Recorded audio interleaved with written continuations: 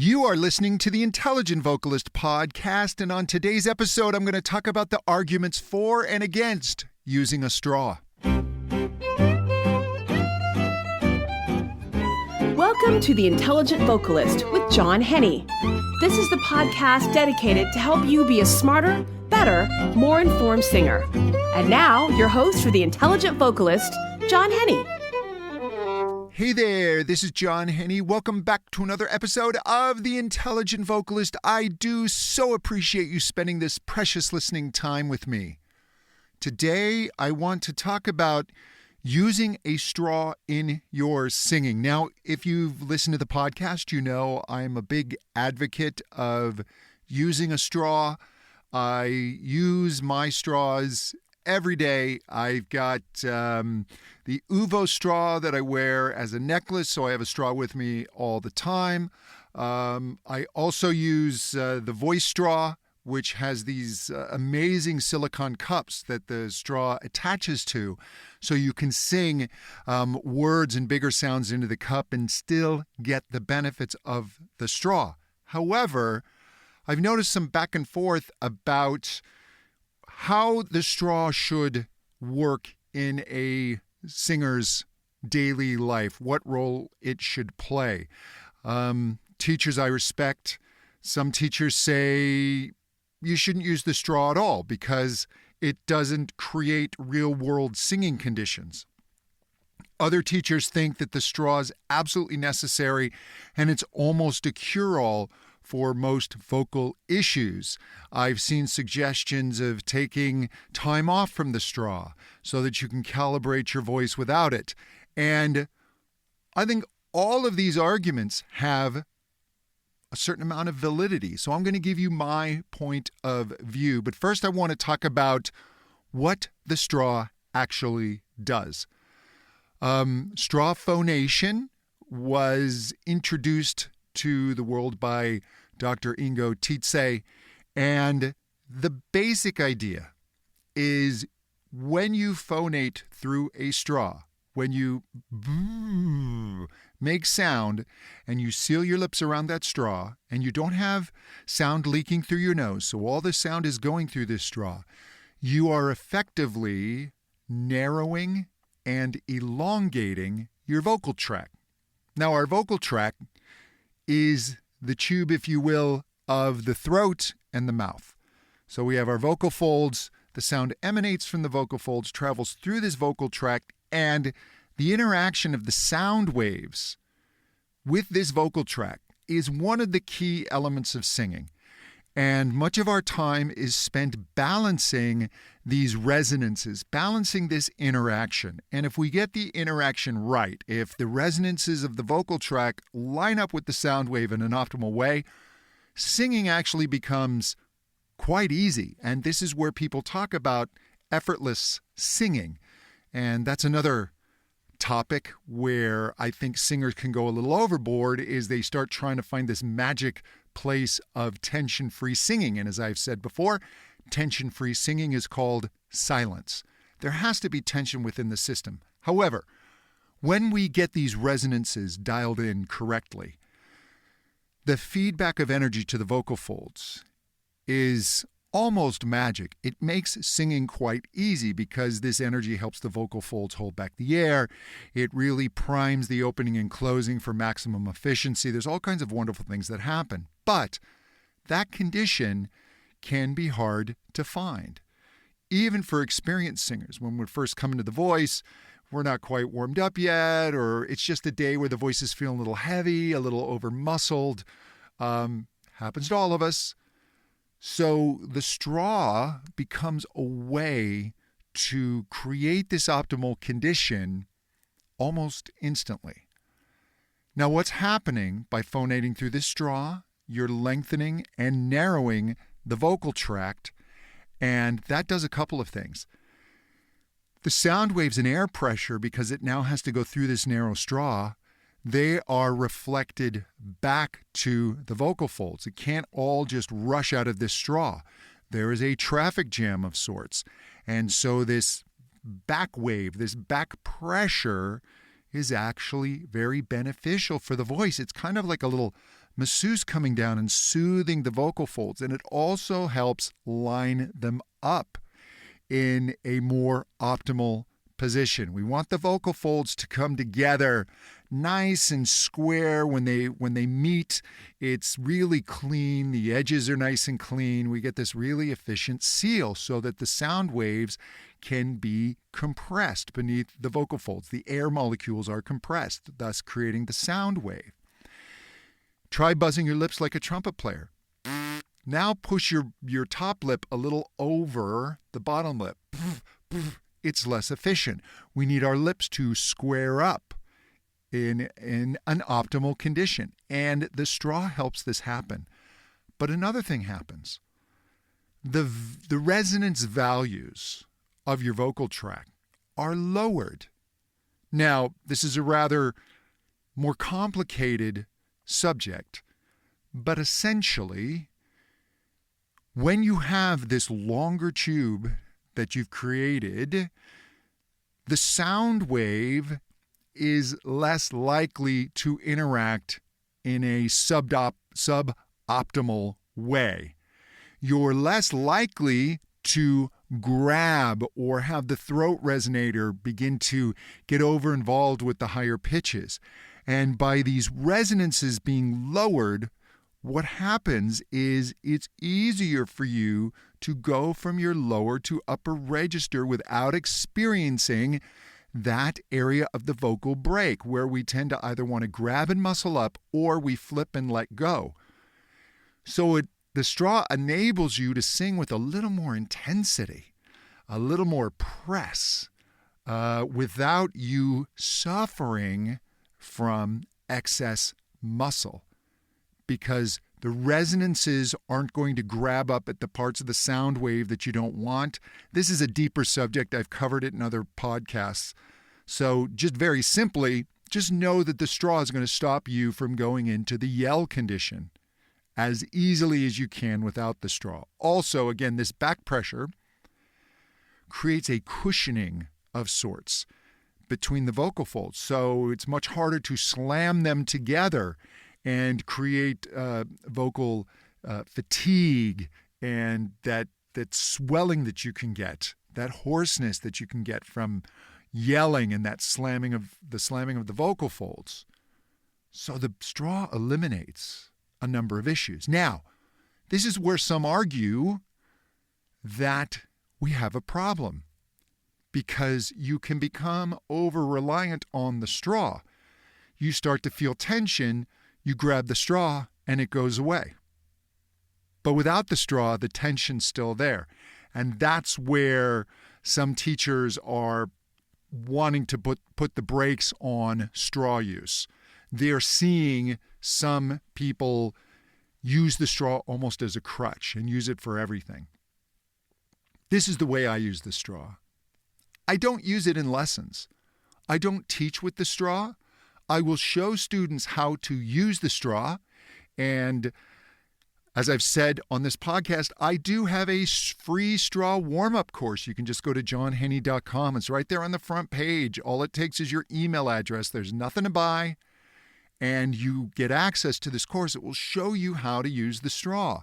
And the straw needs a little bit of knowledge or instruction because you can't just use any size straw.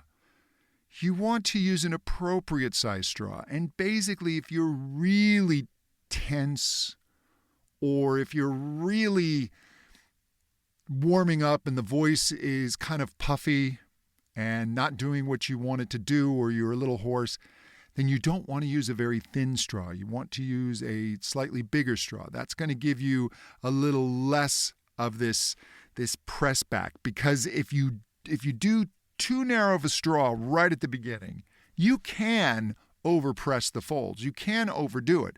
The straw diminishes your ability to do this, but you can still figure it out. You can still overpress the chords with the straw. So you'll use a slightly bigger straw. Then as that's feeling better, you feel that resistance become less. Then you can move to a more narrow straw. The basic sizes are a drinking straw for when you're first warming up, and then using cocktail-sized straws, starting with maybe 2 or 3 of those, and then working your way down to maybe 1. But again, you don't want to feel too much resistance. You want to feel a little bit of a bullfrog throat as you use it, but you don't want to feel like you're struggling to push air through the straw. Once you have the right straw size, you have a few options. You can do warm-up scale patterns. Really good patterns are just glides up and down, feeling yourself go back and forth from your lower to upper register. You should notice that there's a decreased propensity to grab or flip. Now, some argue that you can't really sing strongly in a straw, but you can actually get some good resistance. Your vocal folds coming together, and the way I have people feel that resistance is almost like imitating a cow. And that press. And you can keep that press and resistance as you do the straw. You don't have to let the straw go light. You can work some good resistance training and some strength training with the straw. But, obviously, there are no songs, or at least that I know of, that utilize the sound of somebody vocalizing through a straw. So you use the straw as a way to help warm up, to help get the vocal folds in alignment, but then you have to work on getting these balances into your voice with proper resistance and vowel tuning. You now have to create within your vocal tract the same basic conditions that the straw was giving you. And if you tune the vowel properly, you will feel this feedback. You will feel singing suddenly become easier. That's why vowel tuning is such an important part of singing, and vowel modification and understanding how vowels work. So what I recommend is going back and forth from the straw. When you're first warming up, do some semi-occluded vocal tract exercises. Fancy way of saying just partially blocked. Lip bubbles are great. Now, when you do a lip bubble, you don't want it to be really fast. Yeah, you want to work on how slowly can you make the lips go. And you want to keep a little bit of an under it. You don't want it's go back and forth between those, and then feel that on the straw. See if you can get the same balance that you feel on the straw, and then start going to your vocal exercises. I usually start off with more narrow vowels, coo, coo, coo, coo, coo, coo, before I start working on more mum, mum, mum, more open, finished sounds. And then when you go to a song, if you're having trouble with a passage, do the melody on the straw. Even better, if you have the voice straw package, you can use those silicone cups. Those are wonderful. They seal over your mouth so you can sing the text into it, but still get the straw resistance. And what I want you to do is when you do it on the straw, don't just blindly use the straw to make the problem go away. I want you to really pay attention to what it feels like when you use the straw. Where do you feel the resonance? What is that resistance like? Does it feel like you're above the note, pressing down as opposed to pressing up? Then take the straw away or take the cup away and sing the line again. See if it's not a little cleaner. You can even vocalize on a straw, do a few glides, and then take the straw away and just say, just buzz or say a few words. Yes, all right. See if you get a better resistance. See if you get a cleaner sound. Ask yourself what that feels like. What did the straw give me that I can carry into my singing or even my speaking? Use this back and forth. The straw shouldn't be a crutch. And if singers are using it as a crutch, yeah, that can be an issue. Or if you're using it mindlessly, I really want you, when you practice, I don't want you to practice mindlessly. I don't want you to just feel like you just got to burn out the clock. And if you hit your 30 minutes, you're done for the day. No, I'd rather you do 15 minutes, but you're mentally engaged. And mentally engaged in being aware, being mindful, cataloging sensation, being in the moment. What does that feel like? Do it with the straw. Take that mind-body picture, get that awareness, do it without the straw. What carries over? What works? What doesn't work? If something is suddenly not working when the straw is not there, you need to figure out what that is. Why is that happening? And for me, that's always the big question in singing. I have 3 questions. What am I hearing? Why am I hearing it? How do I either fix it, improve it, or get more of it? Yeah? But of the what, why, how, the why is the big question. The why is where your knowledge comes in. The more you know about your voice, the more you understand, the better you get to the why, which gives you a better how. So you can work the straw, sing without the straw. What am I hearing? Why? How do I fix? Or how do I get more of? So the straw is not a crutch. The straw is a tool. The straw is an aid. I probably use the straw when I'm working my voice maybe 20% of the time. I use the straw when I'm first warming up. I think it's brilliant for warming up. And it's actually one of the first things I do. I will just grab the straw and do sirens. I'll grab the silicone cup. I'll do some vocalizing through there. Then I'll go to my lip bubbles, then the narrow sounds. Then I'll start to press into my voice.